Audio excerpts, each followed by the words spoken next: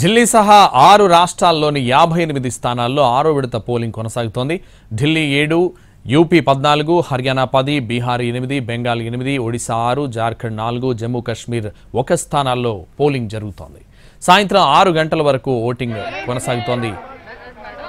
6 దశ ఎన్నికల్లో మొత్తం 889 మంది అభ్యర్థులు బరిలో ఉన్నారు. హర్యానాలో అత్యధికంగా 223 మంది అభ్యర్థులు, జమ్మూ కాశ్మీర్లో కనిష్టంగా 20 మంది అభ్యర్థులు ఈ ఎన్నికల్లో పోటీ చేస్తున్నారు.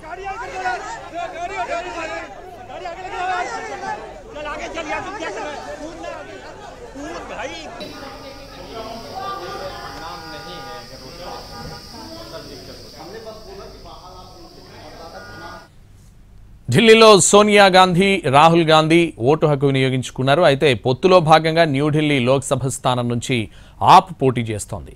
ఆప్ అభ్యర్థి సోమనాథ్ భారతికి కాంగ్రెస్ మద్దతు ప్రకటించింది.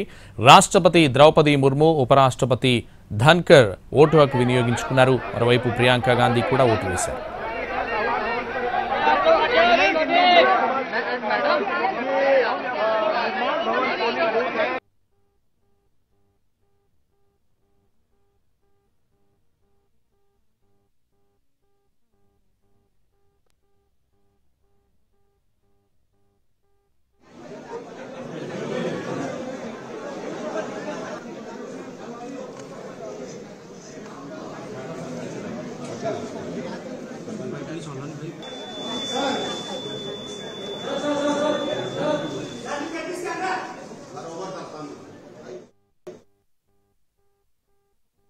I feel very happy that at least we are under the democracy. Just pick the right candidate for your constitution. That's the most important thing. The right people will come, always country will go in better space. What we can do is more important, not what government can do. It's up to us also to help the government.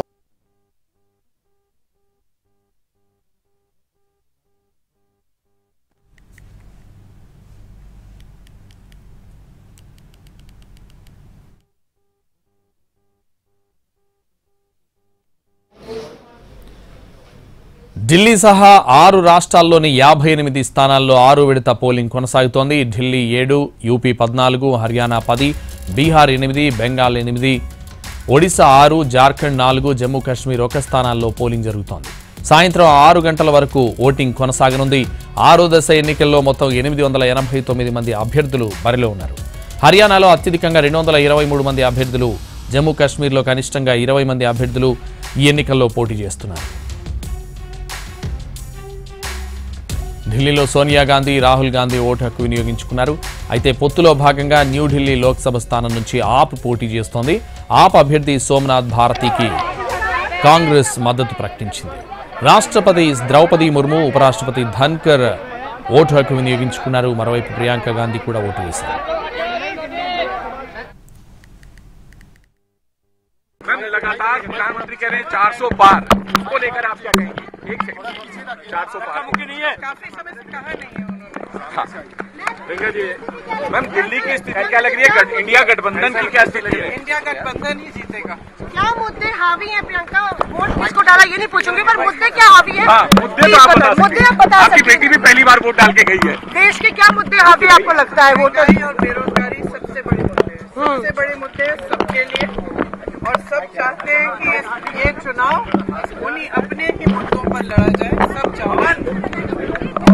आम आदमी party ने आरोप लगाया है कि जहाँ पे India block के ज्यादा वोट है वहाँ पे वोटिंग। आम आदमी पार्टी भी कह रही है राहुल जी इस बार झाड़ू का बटन दबाएंगे और केजरीवाल जो है हाथ का, ये है इंडिया गठबंधन।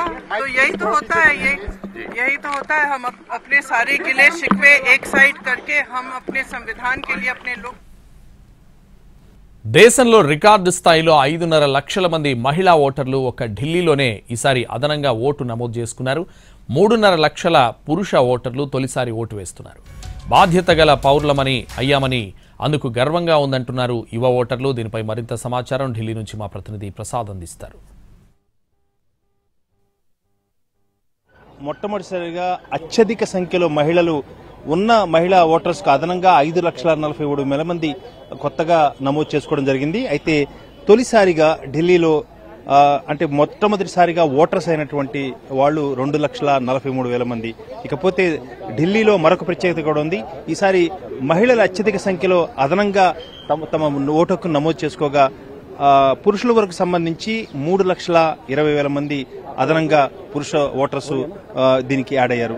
ప్రస్తుతానికి మనం ఫస్ట్ ఓటర్స్ గా నమోదైనటువంటి మధుకుమారితో ఉన్నాము. మధుకుమారి వాళ్ళ ఫాదరు అయితే ఏకేచా అయితే ఆయన ముగ్గురు కుమార్తెలు కూడా తొలిసారిగా ఓటేశారు. సరే ये बताओ आप एज में डिफरेंस रहता है, ये तीन बेटी एक ही बार वोटर्स कैसा हो गया? तीनों बेटी हमारी स्टडी कर रही है अभी भी। स्टडी करने के साथ हम भी बिजी शेड्यूल रहता है ऑफिस का, इसलिए हम नहीं बनवा पाए। इस बार इलेक्शन कार्ड घर पे आए थे बनाने के लिए, तो हम तीनों का एक ही साथ बनवा दिए। बेसिकली लास्ट टाइम ये था कि लास्ट टाइम हमने अप्लाई किया था बट किसी रीजन से वो बन नहीं पाया था. कुछ भी इशू आया हो वहाँ पे, टेक्निकल एरर की वजह से कुछ भी ग्लिच रहा हो. Now you are Madhukumari. Yeah, I am Madhukumari and this is my first time vote and I am feeling very proud to be a first time female voter. और मैं बहुत से मुद्दों को सोच के आई थी. बेसिकली जो मेरा now you have become a responsible citizen. Yeah, बिल्कुल. Now I am become a responsible citizen. और बीइंग अ रिस्पॉन्सिबल सिटीजन जो मेरे माइंड में थी चीजें वो यही है, हमारे वुमेन सेफ्टी को लेकर, हमारी एजुकेशन पॉलिसीज को लेकर और हम किस तरीके से जो हैं जो हमारी कंट्री है वो किस तरीके से डेवलप है. जो छोटी छोटी सी चीजें हैं, जो छोटे छोटे से पॉइंट है वो बहुत मैटर करती है. आज की युवा ये सोच के नहीं आ रही कि गर्मी है हम हैंग आउट करने निकल रहे हैं, ये चीज बहुत गलत है. उनके एक वोट से हमारे देश का जो है भविष्य बदल सकता है. अगर वो इस चीज को सोचे तो बिल्कुल आगे बढ़ सकते हैं. अच्छा, आप कभी घर में कभी कई मुद्दों पर चर्चा होता रहता है? नहीं बेटी, सबको भी पता है कि सब बच्चे लोग पढ़ाई लिखाई कर रहे हैं, सबको पता है किसके ऊपर वोट देनी चाहिए और विकास के ऊपर ही हम सबके सब दिए पूरे परिवार के लोग. अच्छा, आप ये सेकंड डॉटर है, आप भविष्य क्या देख रहे हैं देश का भविष्य? देश का भविष्य मेन तो हमारा female safety and education must है हमारे देश के लिए. Now you have become responsible citizen. ఒక బాధ్యత గల పౌరులుగా మేము సిద్ధమయ్యాము భారతదేశం ప్రగతిని చూసేందుకు అని చెప్పి వారంతా కూడా మాట్లాడుతున్నారు. ప్రసాద్, NTV.